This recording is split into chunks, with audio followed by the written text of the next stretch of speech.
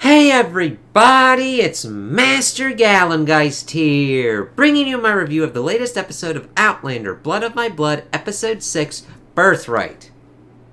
Yes, this was a fucking slog.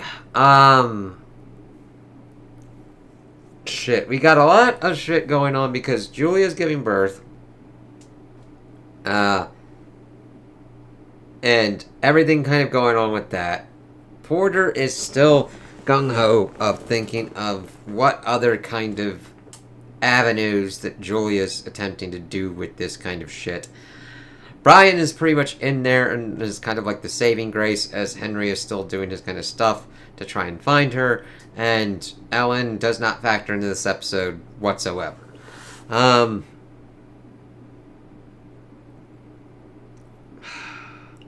So we get backstory of Mistress Porter for pretty much that she was the young hot thing and that Lord Lovett raped her and then raped her again when she was pregnant. And then people were pretty much calling her out for having a bastard and that she would give birth alone because this kind of links up with Julia's kind of stuff. I'm going kind of in like the order that I'm trying to make it make sense. Because we have it going throughout the episode that Julia's having the kid, and she keeps going back and forth on what's going on. She's like, I told you to stay away from Lovett, and she's talking about, I'm trying to pretty much protect my baby, as we get to that point and line it up. It's more like the plot is trying to, like, demand it at that kind of certain kind of point, because I don't know how Mistress Porter wouldn't have pretty much deduced that Julia would be doing this to make sure that she wouldn't have to kill the kid or abort it or anything like that, because that was the last bit of Henry that she had. Funny thing is, she's name-dropping Henry, and Brian has usually been within the vicinity of Henry, or at least Ned potentially probably talking about the Bladier or whatnot on certain kind of things, so I'm like, any kind of name-drop kind of thing? But we see that Mistress Porter brings in the howdy midwife kind of thing, and at first they're like, oh, this is gonna be the king, this is gonna be the king, and it's like, oh, you're a bastard, and because it's being born out of wedlock, and of course Lovett attempts to try and like marry her before the shit's going down, but it's like, you've had how many kind of months? I mean, shit, she was still in a decent kind of state when the seer said like the kid would be the fucking king or whatnot. Why the fuck didn't you marry her then? It was just to put mainly Lovett into conflict with Brian, where he's trying to force that and everything. Well, we see that Mistress Porter finally kind of gets it into her ass that, oh, not Claire. Julia is doing this to protect the child and then forces everybody else out after they've been pretty much, God, they fucking harp on him like, Satan spawn, and like, at first they're really supportive of Julia, and then like, and it just goes on for so long. I'm like, oh God, I understand giving birth is not just like the quickest kind of thing, but the execution on this just made it a kind of slog of like, I get it, they're pissed at him, pissed at Julia, can we fucking kind of move past this here?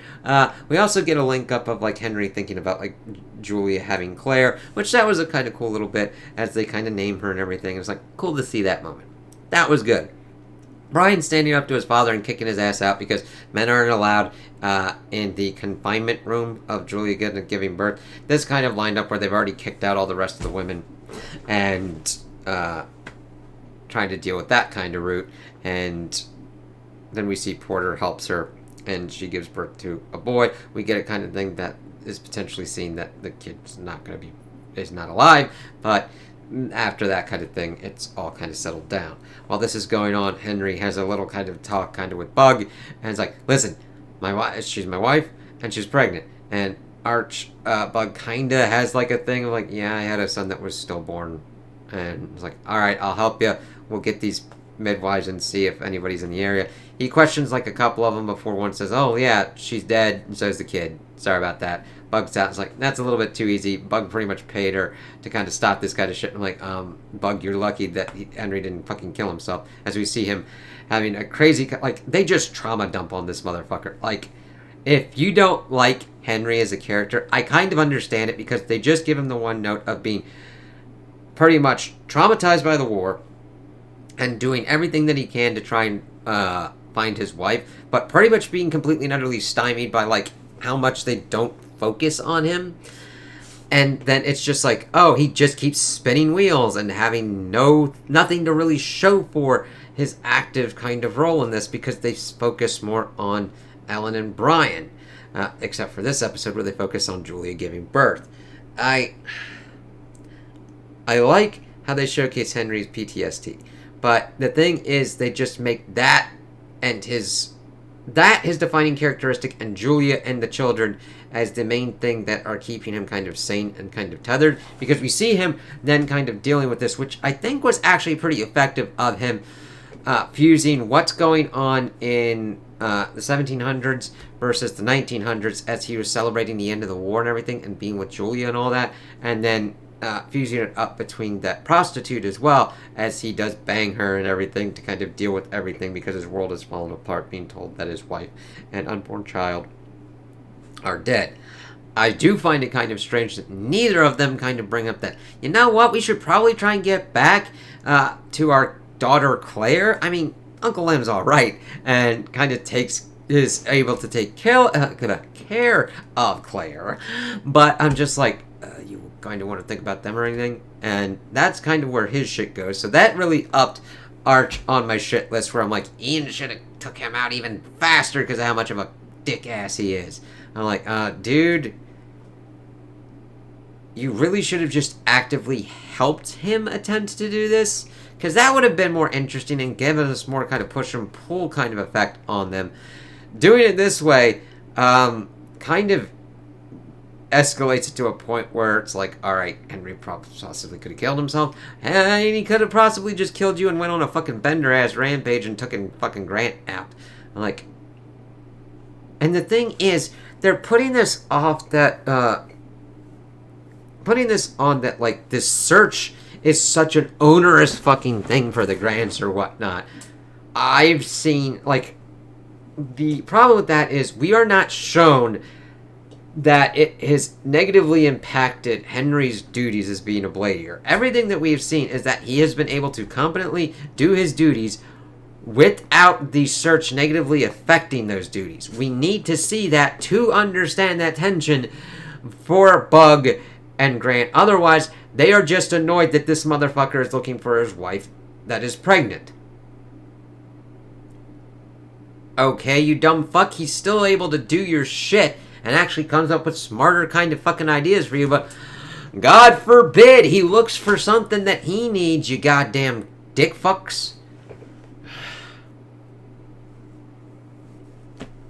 It needs to be shown. However, the main objective and goal is mainly Jamie's parents here, and for some reason I would have almost liked it to not even had this shit going on, because now we have to understand what is going on with this kid, because we had seen that Lovett was toasting to Simon Lovett, either himself or the kid. Brian kind of bringing that up, being like, what the fuck do you have to do to fucking be Brown? You have to take your shit, blah, blah, blah. Of course, lining up the whole thing of him, like, taking people and raping them and shit. It's like, god damn it.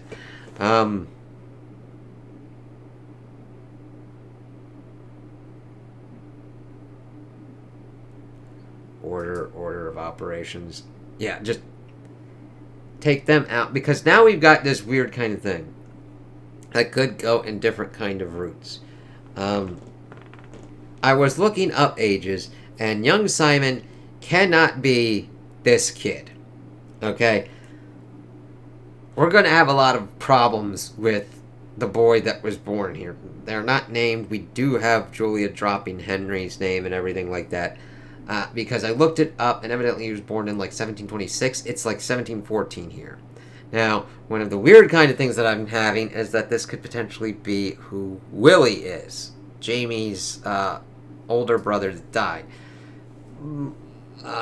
Birth date kind of shit is a little bit earlier. However, if this is 1714, 1715... Willie is reported to be born 1716. I mean, we've already kind of like fucked up everything that had gone on with Jamie's parents, because in one synopsis I read, they pretty much were Brian took Ellen at the gathering, so it's like, okay, we've already pushed past that. And that they got pregnant to pretty much seal that fucking deal and keep them married and everything like that and have people just shut the fuck up about the whole thing. I don't know if they're going to go on this kind of route of that, like, something negative might happen to Julia, and they essentially utilize her son to kind of keep their marriage intact, saying that that is their son, even though that is not their son. I don't know. There's a lot of... I mean, fuck. At this point, with time traveling and everything involved, this kid could technically be Master Raymond or something. That was a fucking thought that popped into my head. This is why prequels introduce such weird fucking shit. If it had just stuck to Jamie's parents, I would have been fucking alright with it. If it had stuck to Claire's parents, showing how they kind of, like, got together and who they kind of were to kind of showcase how Claire is the way she is, that's fine. And then the car accident, boom, okay, cool. This whole kind of thing, oh, God. Now, I did like Julia bonding with Brian in here. She was pretty much came to him first, being like, yeah, I'm having this, sticking to the Lord love it kind of thing. Never even saying that it was Henry's, but mainly saying that she was doing anything to protect her child, mainly to Porter. And then he's like, oh, cool. Hopefully you'll look back on this day fondly and everything like that. Bringing up that he doesn't even know his birthday. And that he said this really cool kind of line. He's like, yeah, you might not be my brother, but I hope that I'll always... that you'll always have a friend in me. And it was just perfectly delivered and just showcases the goodness of Brian and how Jamie got that from Brian.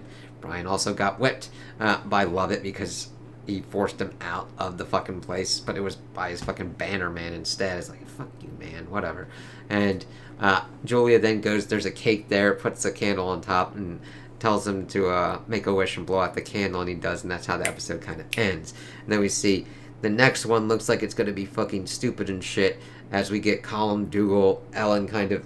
Ellen's not stupid. I like Ellen's kind of stuff, but the strength of it at this point is kind of like, for me, Brian and Ellen, but Brian at top a little bit more, because he's got more of a kind of ebb and flow palpability to him. Ellen is just a little bit lower. Julia almost kind of plays off as like Claire part 2, and Henry is just kind of in the shit bucket at the bottom because they don't give him the like they give him just enough to not be a cardboard fucking cutout, but they're just like, we're gonna keep shitting on you, motherfuckers. Like, can we do something else with him, man? Like, what the fucking fuck?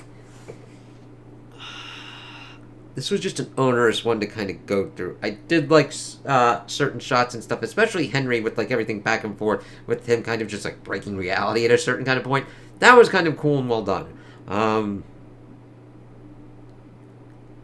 Otherwise, the birthing thing, just, I understand the conflict and everything, and there's becomes a certain point where it's like, I'm gonna beat this fucking thing into your head. It's like, good sir and or madam, I got the point 10 minutes ago.